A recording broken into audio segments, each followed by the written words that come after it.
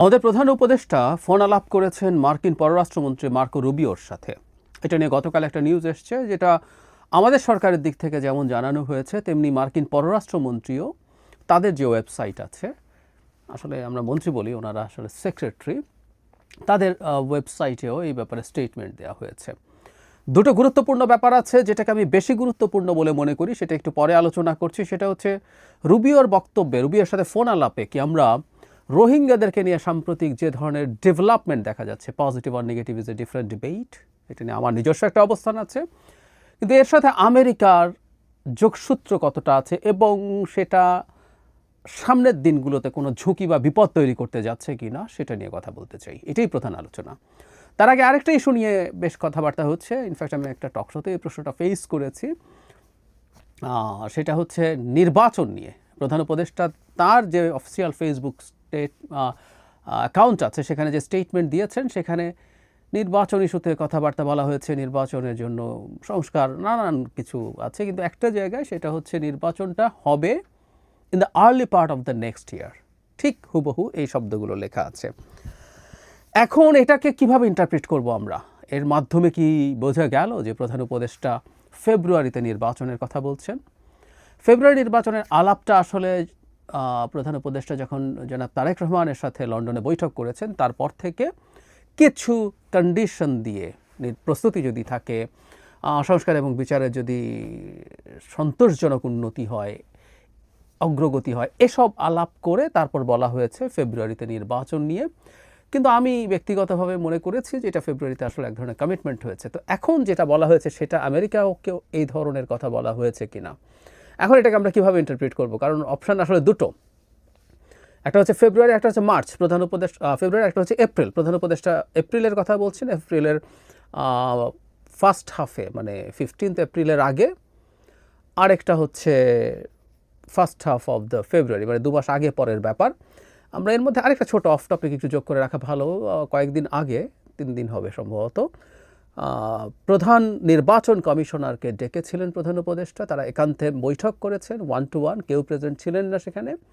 সেই বৈঠকে অনেকের ধারণা ছিল যে নির্বাচন নিয়ে সম্ভবত একটা স্পেসিফিক তারিখ নির্বাচন কমিশন ঘোষণা করবে, কিন্তু দেখা গেল না। নির্বাচন কমিশন এখন বলছেন যে তারা কোনো স্পেসিফিক কোনো তারিখের ব্যাপারে প্রধান উপদেষ্টা কোনো কথা বলেননি। প্রধান উপদেষ্টা ওভারঅল নির্বাচনের প্রস্তুতি সম্পর্কে জানতে চেয়েছেন এবং তারাও ফেব্রুয়ারি এবং এপ্রিলের মধ্যেই নির্বাচনের জন্য প্রস্তুতি নিচ্ছেন।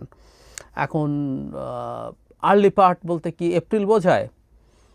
আমার মনে হয় বোঝায়। সুতরাং প্রধান উপদেষ্টার বক্তব্যে আমি ফেব্রুয়ারিকে তিনি ইন্ডিকেট করেছেন এরকম না, ফেব্রুয়ারি থেকে এপ্রিল এখনও পর্যন্ত অন্তত অফিসিয়ালি বলছেন। আমি আবারও বলছি, জনাব তারেক রহমানের সাথে যে আলাপ আলোচনা হয়েছে, সেটা অফিসিয়ালি এভাবে এখনই ব্যক্ত হবে না। কারণ প্রধান নির্বাচন কমিশনার যদি এই তথ্য জেনেও থাকেন বা পরবর্তীতে সরকার জানায় একটা নির্বাচনের তফসিল হয় 45 to 50 ডেজ আগে, সেই ক্ষেত্রে ডিসেম্বরে তফসিল হবে এবং নির্বাচন যে ফেব্রুয়ারিতে হবে, এটা তফসিলের 2-3 মাস আগে জানালেই চলে। তো সুতরাং এখনও সময় আছে এই ঘোষণাটা দেওয়ার জন্য। যাই হোক, এখন মূল আলোচনাটায় আসি। সেটা হচ্ছে রোহিঙ্গা নিয়ে কি আদৌ কিছু আছে কিনা। আমি দেখলাম যে রুবিও তার স্টেটমেন্টের রোহিঙ্গা নিয়ে কিছু বলেননি, কিন্তু তার স্টেটমেন্টের একটা ইস্যু আছে যেটা নিয়ে রোহিঙ্গার ক্ষেত্রে ইন্টারপ্রিট করা যেতে পারে। কিন্তু আমাদের প্রধান উপদেষ্টা তার ফেসবুক পেজে যে স্ট্যাটাস দিয়েছেন, সেখানে রোহিঙ্গাদের কথা আছে, যে রোহিঙ্গাদের ব্যাপারে আমেরিকা সাহায্য হচ্ছে এবং এই মুহূর্তে রোহিঙ্গাদেরকে ফেরত পাঠানোর মতো সবচেয়ে ভালো অবস্থায় আছে, এসব বলা। কিন্তু যে কারণে আমি বলছি এটার সাথে আমেরিকা অন্য অর্থে জড়িত আছে কি না, সেটা ফেরত পাঠানোর চাইতেও অন্য কোনো ইন্টারেস্ট, সেটা হলো ইন্দো প্যাসিফিক স্ট্র্যাটেজির আলাপ আসা। মানে এই ক্ষেত্রে 2 দেশ কোঅপারেট করবে এবং এখানে আমাদের প্রধান উপদেষ্টার দিক থেকেও বলা হয়েছে এখানে ফ্রি ইন্দো প্যাসিফিক যে আলাপটা সবসময় করা হয়, এগুলো এনশিওর করার জন্য কাজ করবে, তাদের সহযোগিতা বাড়াবে। এটা খুব সিগনিফিক্যান্ট, কারণ ট্রাম্পের সময় ইন্দো প্যাসিফিক স্ট্র্যাটেজি কতটা এফেক্টিভ থাকবে সেই আলাপটা আসলে ছিল। কারণ ট্রাম্প সবসময় একটা কথা বলতেন যে আমেরিকাকে সারা পৃথিবীর পলিসিং করে যেতে হবে না, সে সারা পৃথিবীর সব কিছু করবে। কারণ এমনকি তার যে সবচেয়ে কোর যে সংগঠন নেটো নিয়ে এসে দীর্ঘদিন থেকে, ট্রাম্প আগেরবারও যখন ক্ষমতায় ছিলেন একই আলাপ করেছেন যে ইউরোপের সিকিউরিটির জন্য আমরা কেন টাকা দেব, এবং ওনার অভিযোগ একটা জায়গায় ভ্যালিডও। নেটোর আর্টিকেলেই আছে প্রত্যেকটা দেশ তার মিলিটারি বাজেটে তার জিডিপির 2% ব্যবহার করবে, কিন্তু সেটা তো আসলে করেনি কেউ, অনেক দেশই করেনি। সো তিনি আরও টাকা দিতে বলেছেন এবং বিরক্ত হয়েছেন, নেটো থেকে বের হয়ে যাবেন বলেছেন, এবং বহু জায়গায় আমেরিকা যেসব ফরেন পলিসি অ্যাপ্লাই করেছে তিনি নিজকে সরিয়ে নেওয়ার কথা বলেছেন। তার সেই বিখ্যাত আমেরিকা ফার্স্ট, মানে আমেরিকার ইনফ্যাক্ট আমেরিকার কোনো প্রেসিডেন্টই আমেরিকা ফার্স্ট পলিসির বাইরে ছিলেন না। আমেরিকার প্রেসিডেন্টরা বাইরে যা করেন, সকল পুলিশিং হোক, যুদ্ধ হোক, যাই করুক, এটা আমেরিকানদের স্বার্থেই করেন। এটা পার্থক্য হচ্ছে ট্রাম্প তার যে টার্গেট ভোটার্স তাদেরকে বোঝাতে পেরেছেন, যেহেতু শর্ট টার্মে মনে হয় খরচ হয়ে যাচ্ছে, আমি ওখানে গিয়ে খরচ করছি কেন। আমেরিকার কোনো প্রেসিডেন্ট স্টুপিড না, ফর গড সেক। তারা এই যে কাজগুলো করে, বিলিয়নস অফ ডলার্স তারা খরচ করেন, তার পেছনে তাদের সিকিউরিটি, তাদের বিজনেস, সব রকম ইন্টারেস্ট আছে। কিন্তু শর্ট টার্মে এটাকে খরচ হিসাবে দেখা যাবে। ট্রাম্প তার যে মূল ভোটার যে ক্লাস, সেটা হচ্ছে লেস এডুকেটেড, হোয়াইট, রুরাল বা সেমি আরবান এরিয়ায় থাকা আমেরিকানস, তাদেরকে এটা খুব ভালো মতো কানেক্ট করা যায় করেছেন। তো তিনি বলেছেন তিনি এসবের ক্ষেত্রে থাকবেন না। সো ইন্দো প্যাসিফিক স্ট্র্যাটেজি আমেরিকার তার বহু দূরে গিয়ে করছে, মূলত চায়না কন্টেইনমেন্টের জন্য। এটা প্রথম বারাক ওবামা যখন ক্ষমতায় আসেন তখন তিনি পিভট টু এশিয়া করেছিলেন, যে ওখানেই আমার মূল কেন্দ্র নিয়ে যেতে হবে, ভরকেন্দ্র। তারপরে ধাপে ধাপে ধাপে ধাপে প্রথম এশিয়া প্যাসিফিক ছিল, সেখানে তার প্রেজেন্স বাড়াতে হবে, কারণ চায়না ওই অঞ্চলে, চায়নার সাথে যে মূল বিষয় নিয়ে সমস্যা, যেটা নিয়ে অনেক দেশের সাথে তার ডিসপিউট আছে, সাউথ চায়না সি, এটা প্যাসিফিকের পার্ট। তারপর জাপানের প্রাইম মিনিস্টার ছিলেন শিনজো আবে। আবে ইন্ডিয়ান ওশানকে এর সাথে যোগ করতে চাইলেন, কারণ এটা নিয়ে অনেকবার কথা হয়েছে। একসময় যখন এই ইস্যুগুলো নিয়ে অনেক বিস্তারিত কথা হতো তখন বলতাম যে মালাক্কা স্ট্রেইট যে স্ট্র্যাটেজিক চোক পয়েন্ট, এই জায়গাটা দিয়ে যখন মানে কোনো চীনের সাথে কোনো ভবিষ্যতের কনফ্লিক্টে এটা যদি বন্ধ করে দেয়, it's a very narrow strip of sea, বন্ধ হয়ে গেলে তখন চায়না চেষ্টা করবে, সে দুটো অল্টারনেটিভ পথ করেছে। একটা হচ্ছে Gwadar port, China Pakistan economic corridor সিপিইসির মাধ্যমে তার শিনজিয়াং প্রভিন্সকে জয়েন করেছে। আর আরেকটা হচ্ছে এই মিয়ানমারে কিয়াকফিউ ডিপসি পোর্ট, সে এটার মাধ্যমে এখানে তার পাইপলাইন আছে, অয়েল এবং গ্যাসের, তার এক্সপোর্ট প্রসেসিং জোন টোন আছে। কিন্তু জরুরি কথা হচ্ছে এখানে একটা ডিপসি পোর্ট আছে, যেটা দিয়ে সে মালাক্কা স্ট্রেটকে বাইপাস করতে পারে। ফলে ইন্ডিয়ান ওশানেও চায়না কন্টেইনমেন্ট আসতে হবে, এই হচ্ছে মূল কথা। সেই কারণে এই যে ইন্দো প্যাসিফিক স্ট্র্যাটেজি হয়েছে, কোয়াড হয়েছে। কোয়াড তো ঘোষিত সামরিক জোট, 4টা দেশ আছে, আমেরিকা, জাপান, ইন্ডিয়া এবং অস্ট্রেলিয়া। অকাস হয়েছে, সব চায়না কন্টেইনমেন্টের জন্য। এটাও একটা সামরিক জোট, ব্রিটেন, আমেরিকা এবং অস্ট্রেলিয়া মিলে, যেখানে অস্ট্রেলিয়াকে নিউক্লিয়ার সাবমেরিন দেওয়া হবে, যদিও তাতে নিউক্লিয়ার ওয়েপন থাকবে না, নিউক্লিয়ার প্রপেলড আর কি সাবমেরিন দেওয়া হবে। সো চায়নাকে ঠেকানোর জন্য যত রকম জোগাড় যন্ত্র, ইন্তজাম সব করা হচ্ছে, কারণ চায়নাই আসলে আমেরিকাকে চ্যালেঞ্জ করবে, অলরেডি চ্যালেঞ্জ করে ফেলেছে, আরও করবে। এখন ট্রাম্প আসার পরে এই জিনিসগুলো রাখবেন কি না, কারণ ট্রাম্প চান না কোনোভাবেই আমেরিকা বাইরে মোড়লগিরি করে বেলাক, পুলিশগিরি করে ফেরাক, এটা হচ্ছে তার জায়গা। তবে আবার একটা কথা কেউ কেউ ট্রাম্প নির্বাচিত হওয়ার আগেও বলেছেন, তিনি চায়নার প্রতি যেহেতু বেশ কোয়ার্সিভ অ্যাটিটিউড অন্তত দেখান, সেই ক্ষেত্রে ইন্দো প্যাসিফিক স্ট্র্যাটেজির কিছু জিনিস রাখতে পারেন। এখন আমরা দেখছি মার্কো রুবিও যখন এই কথাটা বলছেন, আমি মনে করি এটা খুব সৌজন্যের একটা ফোন না, কিছু কাজের কথা ছিল। আসল কথাগুলো আমরা জানবো না আসলে কখনো, কিন্তু যেটুকু এক্সপ্রেসড হয়েছে এটুকু নিয়েও আমরা অ্যানালাইজ করার দরকার আছে। ট্রাম্প সরকারের সাথে আমাদের সরকারের সম্পর্ক কেমন হবে, কতটা ভালো হবে, এই আলাপ ছিল।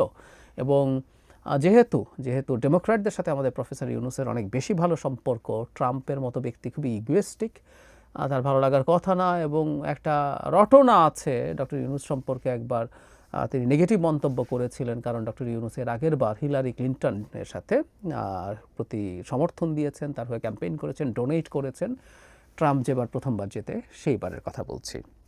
তো ট্রাম্পের ব্যক্তিগত ক্ষোভ আছে, এরকম আলাপও ছিল, এই জন্য ট্রাম্প ক্ষমতায় আসলে ডক্টর ইউনুসের অনেক ক্ষতি হয়ে যাবে, এরকম আলাপ টালাপ কেউ করছিলেন।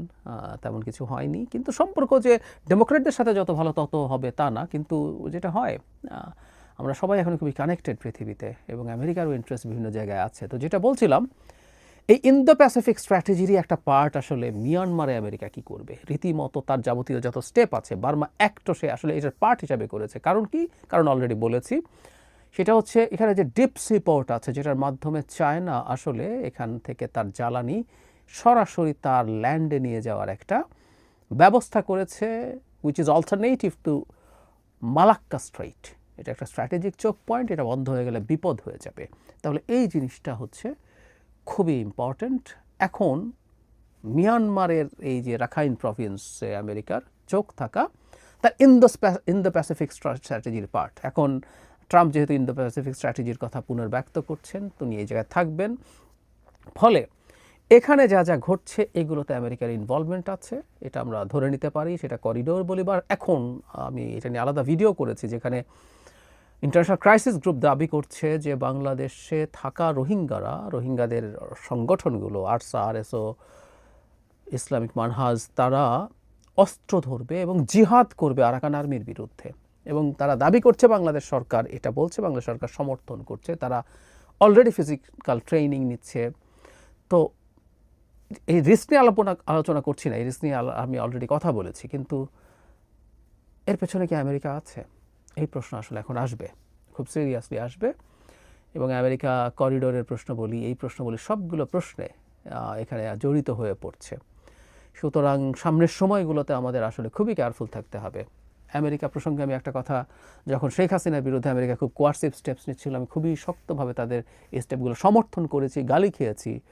আমেরিকার তো বহু জায়গায় বহু বদনাম আছে, কিন্তু তখন আমি একটা কথা বলতাম যে it's win win situation, symbiosis বলে, মানে বিভিন্ন অ্যানিমালের ক্ষেত্রে আমরা পরস্পর উপকৃত যদি হয়। আমেরিকা তার ইন্দো প্যাসিফিক স্ট্র্যাটেজির পার্ট হিসাবেই ডেমোক্রেসিকে নার্চার করার চেষ্টা করেছে বিভিন্ন জায়গায়, কারণ তারা দেখেছে একটা দেশে অথরিটারিয়ান রেজিম থাকলে সেটা চায়নার পক্ষে চলে যাওয়ার প্রবণতা তৈরি হয়। আমি তখন প্রায় বলতাম এটা স্বার্থ, আর কিছু না। আমেরিকা 60s, 70s, 80s-এ ডিকটেটরকে প্রমোট করতে, এখন চায়না যেটা করে, কারণ তখন সে দেখেছে ডেমোক্রেটিক এনভায়রনমেন্ট থাকলে কমিউনিস্টরা মাথা চাড়া দেয়। সো কমিউনিজম ঠেকানোর জন্য সে ডিকটেটরকে প্রমোট করতো, তখন সেটাই ছিল তার ইন্টারেস্ট। পরে সোভিয়েত ইউনিয়নের পতনের পর সেই প্রয়োজন তার অনেকটাই ফুরিয়েছে।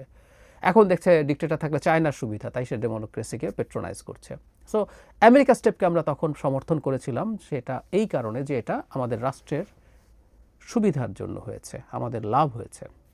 কিন্তু এখন যদি অন্তত এরকম একটা অন্তর্বর্তীকালীন সরকারের মধ্যে থেকে এরকম একটা গ্যাঞ্জাম লাগিয়ে দেওয়া যায়, একটা লো ইন্টেন্সিটি ওয়ারের পরিস্থিতি তৈরি করা যায়, সেটা আমাদের নির্বাচনকে পিছিয়ে দেবে। সুতরাং এখন যদি আমেরিকা এরকম কিছু করে, আমেরিকাকেও আমাদেরও এর সাথে ট্যাগ করতে হবে এবং আমাদের এই পদক্ষেপগুলোর ব্যাপারে সতর্কতা জারি রাখতে হবে।